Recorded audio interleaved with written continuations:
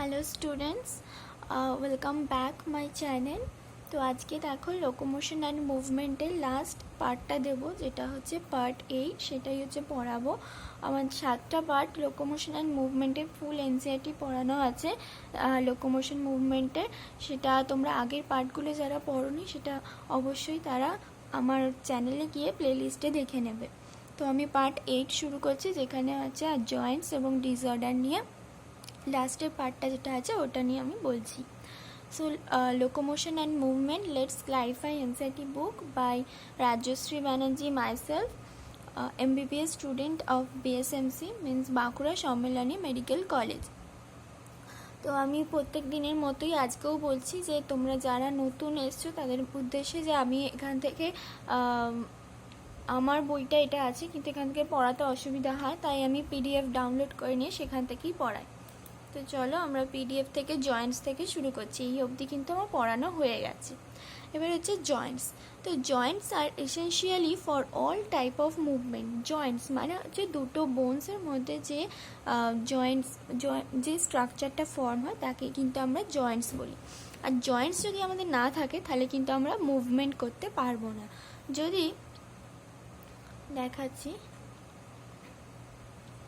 দেখো এই ছবিটা যদি আমার এই হিপ জয়েন্টটা না থাকতো, এই পিউবিস মানে এইখানে হচ্ছে অ্যাসিটাবুলামের মধ্যে যদি ফিমারটা না এন্টার করতো এবং জয়েন্টস না ফর্ম করতো হিপ জয়েন্ট, তাহলে কিন্তু আমরা মুভমেন্ট করতে পারতাম না। এক একটা সেপারেট বোনস দিয়ে কিন্তু আমরা মুভমেন্ট করতে পারবো না। তার জন্য আমাদের জয়েন্টস খুব এসেনশিয়াল। তো সেই কথাটাই বলেছে যে joints are essential for all type of movements involving the bony parts of the body. So বডির বোনি পার্টসকে যদি মুভ করাতে চাই তাহলে আমাদের জয়েন্টস খুব দরকার।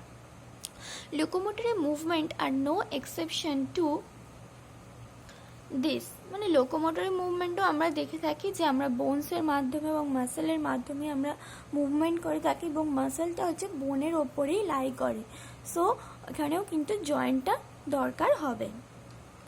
এবারে বলছে joints are point of contact between bones or between bones and cartilage. অর্থাৎ জয়েন্ট কাকে বলে? জয়েন্ট হচ্ছে দুটো কন্ট্যাক্ট পয়েন্ট, যেটা হচ্ছে দুটো বোনসের মধ্যে থাকতে পারে অথবা বোনস এবং কার্টিলেজের মধ্যে থাকতে পারে।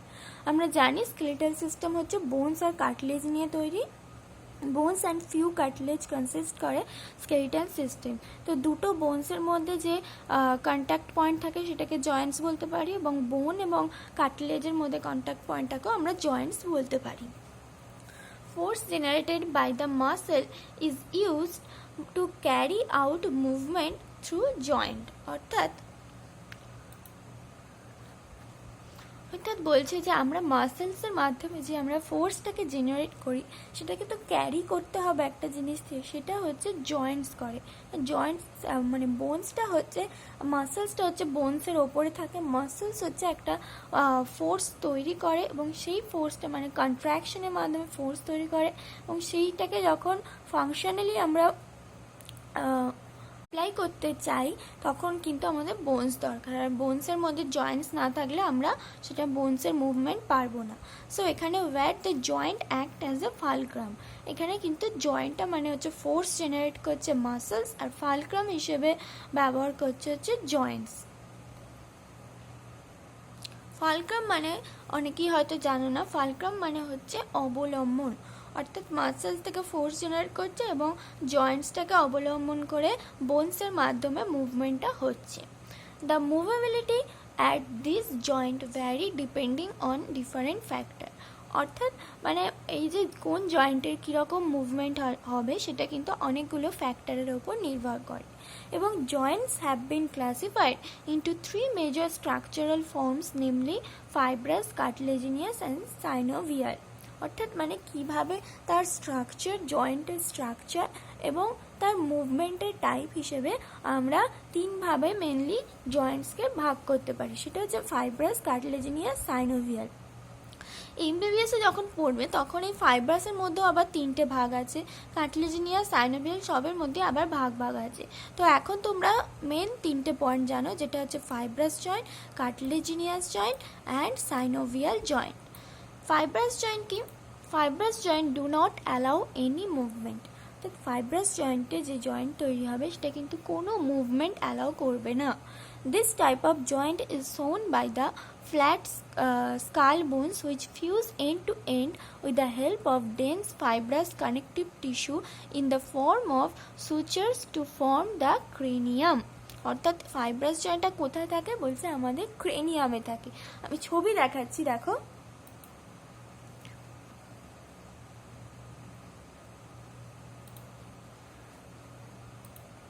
দেখো এই ছবিটা যদি আমরা দেখি, আমরা দেখছি এটা হচ্ছে একটা ফাইব্রাস জয়েন্ট, যেটা হচ্ছে আমাদের সুচারের মতো থাকছে কোথায়, স্কালে। স্কাল হচ্ছে অনেকগুলো বোন নিয়ে থাকে, ফ্রন্টাল, টেম্পোরাল, তারপর প্যারাইটাল, অক্সিপিটাল, লিম্বিক, এই 5টা বোনস থাকে। তো 5টা বোনসের মধ্যে নিশ্চয়ই একটা জয়েন্টস থাকে, সেই জন্য তো খুলে পড়ে যায় না, ওটা একসাথে একটা ক্রেনিয়াম তৈরি করে, যেটা হচ্ছে স্কাল তৈরি করে। তো সেই জয়েন্টটা কি, সেটা হচ্ছে ফাইব্রাস জয়েন্ট। এই যেটা হচ্ছে ফাইব্রাস জয়েন্ট এবং এটা হচ্ছে সুচারের মতো হচ্ছে এটা থাকে। দেখো এই ফাইব্রাস জয়েন্টটা হচ্ছে dense fibrous connective tissue suture line. অর্থাৎ আমরা যে ফাইব্রাস, আমাদের যে ফ্রন্টাল, টেম্পোরাল, আমরা যেমন হিউমেরাসটাকে আলাদাভাবে বুঝতে পারি, কিন্তু আমরা ফ্রন্টাল, টেম্পোরাল, অক্সিপিটাল বোনসগুলো কিন্তু আলাদা করে বোঝা যায় না। কেন?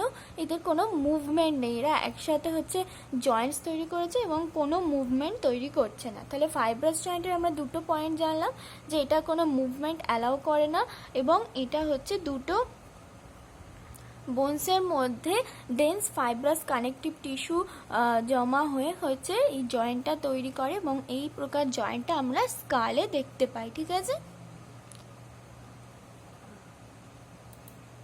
এরপর দেখো, in cartilaginous joint the bones involved are joined together with the help of cartilage. cartilaginous জয়েন্টে কি হয়, দুটো বোনস থাকে আর মাঝখানে থাকে কার্টিলেজ। ফাইব্রাস জয়েন্টের নাম থেকে দেখতে পাচ্ছি ডেন্স ফাইব্রাস থাকে দুটো বোনের মাধ্যমে। কার্টিলেজিনিয়াস জয়েন্টে দুটো বোনসের মধ্যে কার্টিলেজ থাকে। The joint between the adjacent vertebra in the vertebral column is of this pattern and it permits limited movement. অর্থাৎ কি, যে এই জয়েন্টটা কোথায় দেখা যায়, এটা হচ্ছে ভার্টিব্রাল কলমে দুটো অ্যাডজাসেন্ট ভার্টিব্রা আছে, তার মাঝে কার্টিলেজ দিয়ে এই জয়েন্টটা হচ্ছে দেখা যায়, কার্টিলেজিনিয়াস জয়েন্ট, এবং এটা হচ্ছে খুব লিমিটেড মুভমেন্ট পারমিট করে। অর্থাৎ লিমিটেড মুভমেন্ট মানে মুভমেন্ট যে করে না এরকমও না, অর্থাৎ স্কালের মতো মুভমেন্ট যে করে না, করতে পারি না আমরা ভার্টিব্রাল কলামটা, সেটাও নয়, আবার হাতের মতো আমরা করতে পারি না। ঠিক আছে, লিমিটেড মুভমেন্ট। তো দেখো কার্টিলেজিনিয়াস জয়েন্টটা যদি আমি তোমাদের দেখাই, সেটা ঠিক এরকম হয়, যে দুটো বোনস থাকে এবং দুটো বোনসের মাঝখানে কার্টিলেজ থাকে, এইভাবে কার্টিলেজিনিয়াস জয়েন্ট থাকে। তাহলে ফাইব্রাস জয়েন্টে যদি, ফাইব্রাস জয়েন্টে হচ্ছে fibrous dense fibrous connective tissue থাকে, কার্টিলেজিনিয়াস জয়েন্টে কার্টিলেজ থাকে দুটো বোনসের মধ্যে।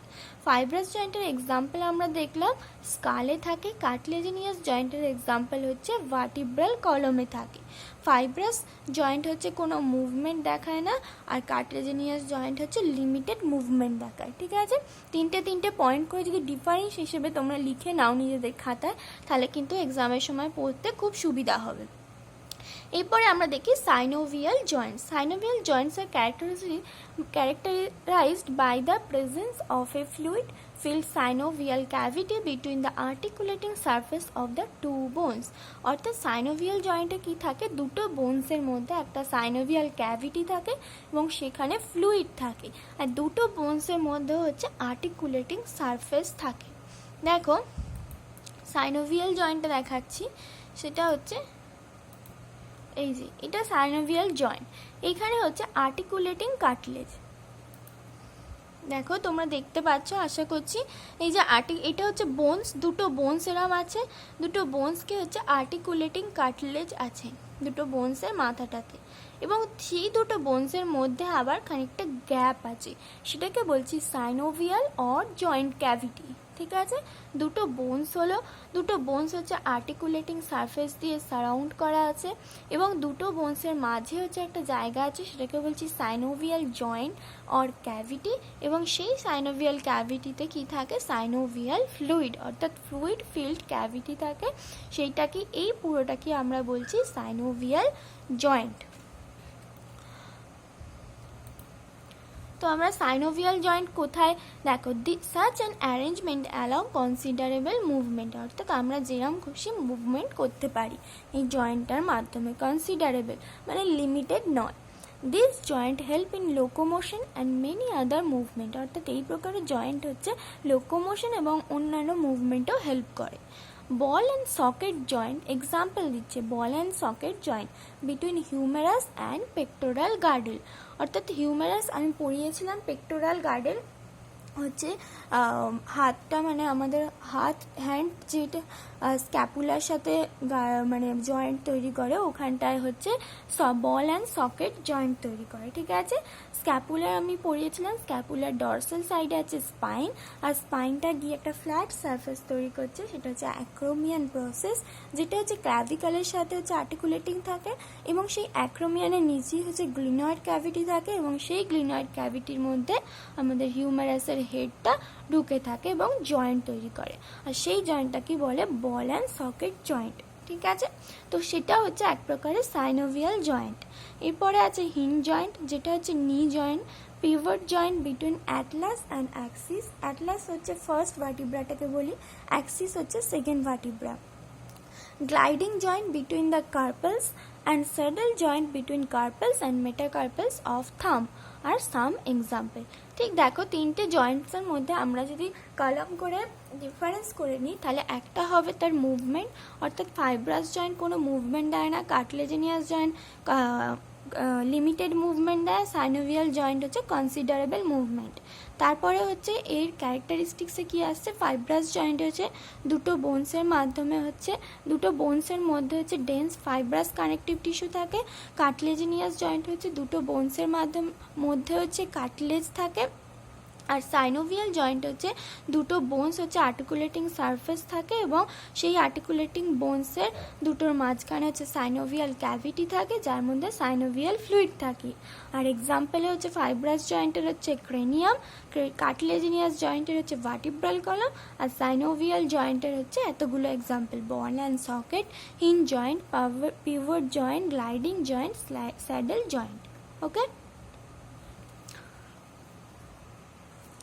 দেখো তোমরা এখানে দেখতে পাচ্ছ, এটা আমার বইতে ঠিক আমি এইভাবেই করে নিয়েছিলাম তোমাদের যেভাবে বললাম, কিন্তু খুব ছোট ছোট হয়ে গেছে। সেটা হচ্ছে ফাইব্রাস জয়েন্ট, কার্টিলেজিনিয়াস জয়েন্ট আর সাইনোভিয়াল জয়েন্ট আমি লিখিনি, কিন্তু তোমরা লিখে নেবে।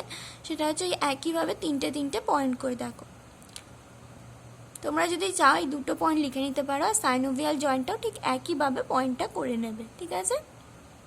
তাহলে আমরা পরের টপিকটা এবার যাই। ওকে, এবার হচ্ছে disorder of muscular and skeletal system. আমরা তো পুরোটা পড়লাম, স্কেলিটাল সিস্টেম পড়লাম, এবং তার আগে আমরা মাসকুলার সিস্টেম পড়েছি, যাতে আমরা মাসলসের কন্ট্রাকশনের মেকানিজম দেখেছি। তো সেগুলোর মধ্যে কি ডিসঅর্ডার হয়, ঠিক আছে। তো ডিসঅর্ডারে এখানে মোটামুটি 6টা আছে ডিসঅর্ডার। তো এই 6টা ডিসঅর্ডার কিন্তু খুব ভালো করে মনে রাখতে হবে, এখান থেকে কিন্তু কোশ্চেন আসে, এবং সেটা ওই ম্যাথটা যে কলম আসে না, ওইগুলোই আসে বেশি। তো ম্যাথ কলমে কিন্তু খুব ভুল হয়ে যায়, তাই এখানটা খুব ভালো করে কনসেপচুয়ালভাবে মনে রাখবে, ঠিক আছে। তো ফার্স্ট কি বলছে, মাসথেনিয়া গ্রেভিস, সেটা হচ্ছে একটা auto immune disorder affecting neuromuscular junction leading to fatigue, weakening and paralysis of skeletal muscle। অর্থাৎ কি, মাসথেনিয়া গ্রেভিস হচ্ছে একটা অটো ইমিউন ডিসঅর্ডার, মানে হচ্ছে নিজের বডি যখন নিজের কোনো অর্গানকে তার ফরেন বডি বলে মনে করে, তখন সেই নিজের কোনো অর্গানের বিরুদ্ধে সে ডাব্লিউবিসি প্রোডাকশন করে এবং সেটা নষ্ট হয়ে যায়, এবং এটা কি বলা হয় অটো ইমিউন ডিসঅর্ডার। এটা ক্লাস 12-এর হেলথ অ্যান্ড ডিজিজ যে চ্যাপ্টারটা আছে ওখানে কিন্তু খুব ভালো করে আছে অটো ইমিউন ডিসঅর্ডার কাকে বলে, ঠিক আছে।